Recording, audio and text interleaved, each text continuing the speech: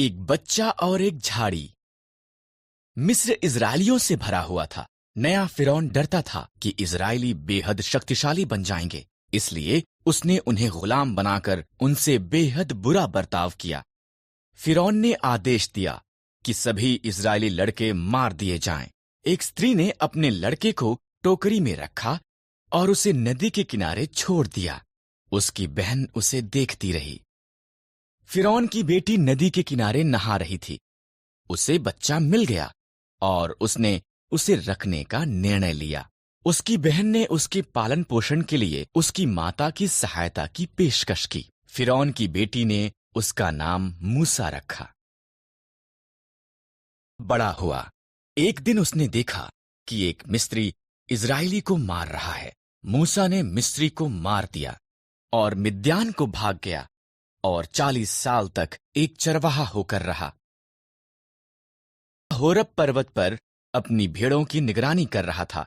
परमेश्वर की आवाज एक जलती झाड़ी से बोलने लगी, मूसा, मेरे लोग कष्ट में हैं। मैंने उन्हें आजाद कराने के लिए तुझे चुना है। मैं नहीं कर सकता, मूसा ने जवाब दिया। मैं तुम्हारी सहायता करूंगा, परमेश्वर ने वादा किया। अपनी लाठी नीचे फेंक। मूसा ने किया। वो लाठी एक सांप में बदल गई। जब उसने इसे उठाया, वो पुनः एक लाठी बन गई। अपना हाथ ढांप ले, परमेश्वर ने कहा। मूसा ने ऐसा ही किया। उसने देखा ये रोग से भर गया था। जब उसने दोबारा किया, वो चंगा हो गया था। ये जाकर फिरौन को दिखा। परमेश्वर ने कहा, मैं एक अच्छा वक्ता नहीं हूं। मूसा ने कहा, मैं तुझे शब्द दूंगा। परमेश्वर ने कहा, तुम्हारा भाई हारून सहायता कर सकता है। इस तरह मूसा इजरायलियों को आजाद करने के लिए फिरौन को बताने के लिए गया। मेरे लोगों को जाने दो। मूसा और हारून ने फिरौन से कहा, इजरायलियों का परमेश्वर कहता है कि तुम उसके लोगों को जाने दो, नहीं तो बुरी बातें तुम्हारे साथ होंगी। पर फिरौन ने उनकी नहीं सुनी। इसलिए परमेश्वर ने मिस्र में पानी को लहू में बदल दिया। कोई भी इसे पी न सका। तब उसने मिस्रियों के घरों को मेंढकों से भर दिया। हर तरफ मेंढक थे। फिर भी फिरौन ने उनकी नहीं सुनी। इसलिए परमेश्वर ने मिस्र के आकाश को कुटकियों से भर दिया। वो वहां धूल के समान भर गई। फिर उसने मिस्र के देश को डांसों से भर दिया। फिर भी फिरौन ने उनकी नहीं सुनी। इसलिए परमेश्वर ने मिस्र के जानवरों को मार दिया। घोड़े, गधे, ऊंट, भेड़ें और बकरियां सब मर गए। फिर उसने मिस्री लोगों को फोड़े से पीड़ित किया। फिर भी फिरौन ने उनकी नहीं सुनी। परमेश्वर ने मिस्र की फसल का नाश करने के लिए ओलों की वर्षा भेजी। उनकी जौ और सन्न की फसल नष्ट हो गई। तब उसने बचे हुए फल को खाने के लिए टिड्डियां भेजीं। फिर भी फिरौन ने उनकी नहीं सुनी। इसलिए परमेश्वर ने देश में अंधकार भेजा। फिर भी फिरौन ने उनकी नहीं सुनी। परमेश्वर ने कहा, मैं मिस्र में प्रत्येक पहिलौठों को मार दूंगा और सभी पशुओं के पहिलौठों को भी। मेरे लोग एक मेमने को मारें, उसे खाएं और उसके लहू को उनके द्वार की चौखट पर लगाएं। मैं लहू को देखूंगा और उनके घरों को छोड़ दूंगा। उनके बच्चे नहीं मरेंगे। तुम इसे फसह कहोगे और सदा उसे याद रखोगे।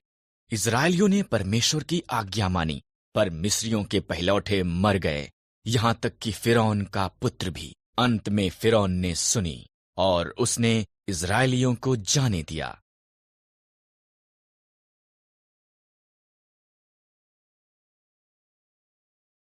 परमेश्वर एक मार्ग बनाता है। 10वीं विपत्ति में फिरौन के पुत्र के मरने के बाद उसने इजरायलियों को जाने दिया। वो लाल समंदर के पास थे जब फिरौन ने अपना मन बदला और उनका पीछा किया।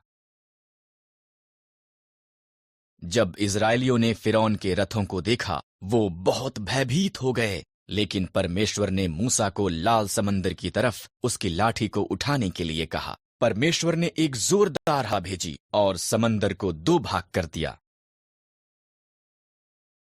एक सूखा मार्ग प्रकट हो गया और इजरायली लाल समंदर के बीच में से निकल गए। यहां पर उनके दोनों तरफ एक पानी की दीवार थी। वो सुरक्षित दूसरी तरफ पहुंच गए।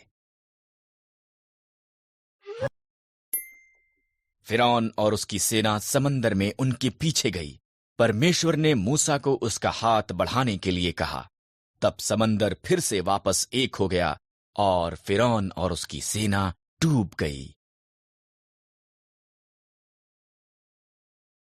परमेश्वर ने उसके लोगों की एक उजाड़ में अगुवाई की।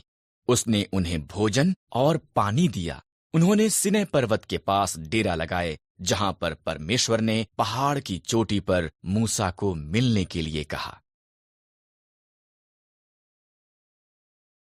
आग और धुएं से घिरा हुआ मूसा ऊपर चढ़ गया और परमेश्वर उससे मिलने के लिए नीचे आया। तब परमेश्वर ने मूसा को 2 पत्थर की पट्टियों पर 10 आज्ञाएं दी। अन्य देवताओं की आराधना मत करना, मूर्तियां मत बनाना, आदर के साथ मेरा नाम लेना, विश्राम दिन को एक विशेष दिन करके मनाना, अपने माता पिता का आदर करना, कत्ल मत करना, अपने पति या पत्नी से वफादार रहना, चोरी मत करना, लोगों से या जो उनके पास है उससे ईर्ष्या मत करना। अब लोग जानते थे कि कैसे परमेश्वर की आज्ञा का पालन करना है।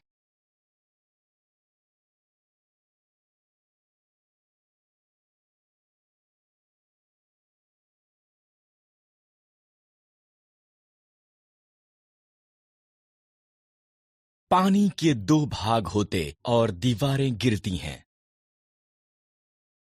मूसा ने 12 भेदिए को वायदे किए देश में भेजा। उनमें से 10 ने कहा, हम वहां के लोगों को कभी भी हरा नहीं सकते। पर यहोशू और कालेब ने कहा, परमेश्वर की सहायता के साथ हम इसे कर सकते हैं। डरे हुए लोगों ने 10 भेदियों की बात पर विश्वास किया। परमेश्वर ने कहा, यहोशू और कालेब के साथ केवल तुम्हारी संतान ही वादा किए देश में प्रवेश करेगी। इस तरह उजाड़ में 40 साल के बाद अब ये समय था। यहोशू ने 2 भेदियों को यरीहो में भेजा। वो राहाब नाम की एक स्त्री से मिले, जिसने उन्हें छिपाया और दीवार से नीचे उतरने में सहायता की। उन्होंने उसे और उसके परिवार को बचाने का वायदा किया। इजरायलियों ने यरदन नदी पार की। पहले याजक वाचा का संदूक उठाए आगे गए। जब उनके पांव ने नदी को स्पर्श किया, तब उसने बहना बंद कर दिया। हर कोई सूखी भूमि से होकर निकल गया। आगे यरीहो था। परमेश्वर ने यहोशू से कहा, 6 दिन तक यरीहो के चारों तरफ दिन में 1 बार घूमना। तब 7वें दिन 7 बार चक्कर लगाना, नरसिंहों को फूंकना, जय जयकार करना। दीवार नीचे गिर जाएगी। यहोशू ने परमेश्वर पर भरोसा किया। जैसा प्रभु ने कहा, उसने वैसा ही किया। दीवारें गिर गए। उन्होंने शहर को कब्जे में ले लिया। राहाब बच गई। परमेश्वर के लोगों ने वादा की हुई भूमि को कब्जे में लेना आरंभ किया।